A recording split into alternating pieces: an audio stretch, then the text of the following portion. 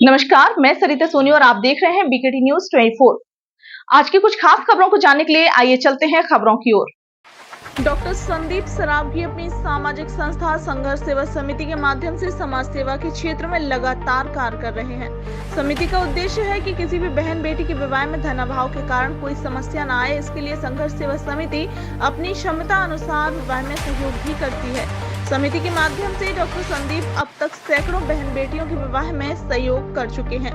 संघर्ष सेवा समिति के सक्रिय सदस्य कमलेश राय के माध्यम से उन्नाव गेट पुलिस चौकी के समीप निवासी राजकुमार व उनकी पत्नी हेमलता संघर्ष सेवा समिति कार्यालय पहुंचे, जहां उन्होंने अपनी समस्या विस्तार से बताई।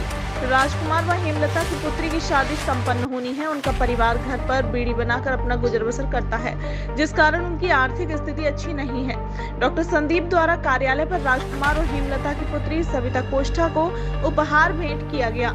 इस अवसर पर सविता ने कहा, संदीप भैया समाज सेवा के क्षेत्र में उत्कृष्ट कार्य कर रहे हैं।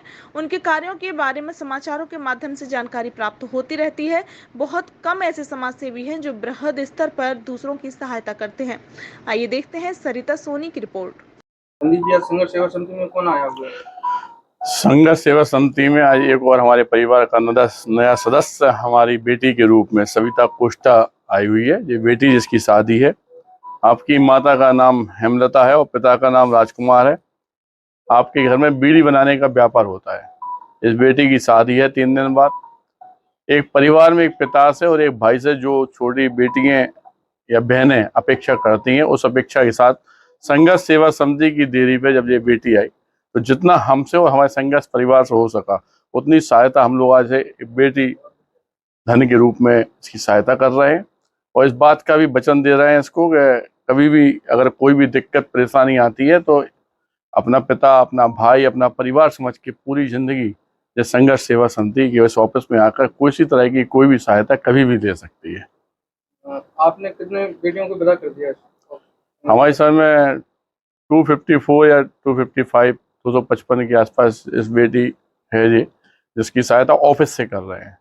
और वैसे आज ही मोट में एक प्रोग्राम है, इसमें 15 बेटियों का सामूहिक सम्मेलन करने के लिए भी हम यहाँ से प्रस्थान कर रहे हैं।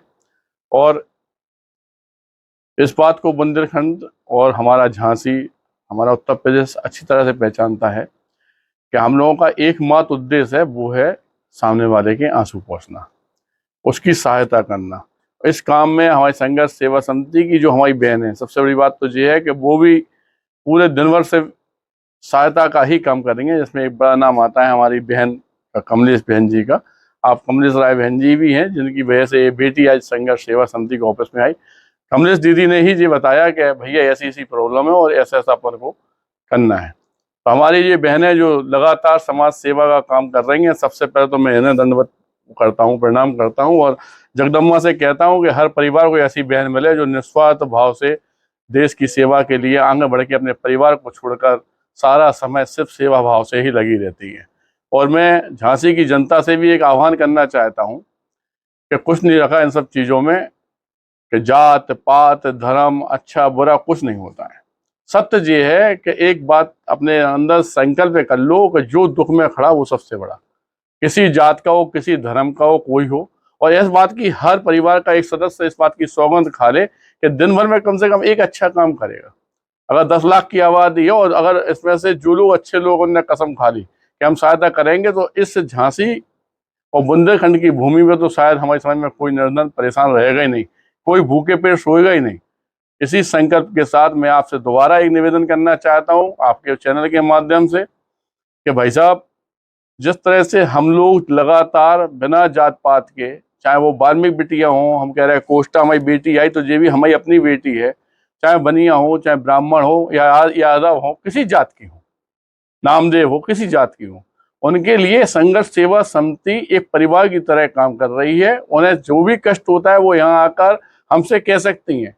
किसी बेटे को पढ़ाई लिखाई में दिक्कत है, किसी बच्चे को खेल कूद में दिक्कत है, किसी बेटी के माँ बाप नहीं है, किसी को कोई कष्ट है, जैसे इस बेटी ने अवगत कराया हमें कि हमारे पापा को पैरालिसिस है, इसको परेशानी है। आज मतलब कितना संकल्प लेकर ये जिंदगी में आगे बढ़े, यही हम चाहते हैं कि आज हमने जैसे इसके साथ खड़े हुए ऐसे ही ये भी आने वाली जिंदगी में किसी को अपना मानते हुए उसके साथ भी खड़े होगी।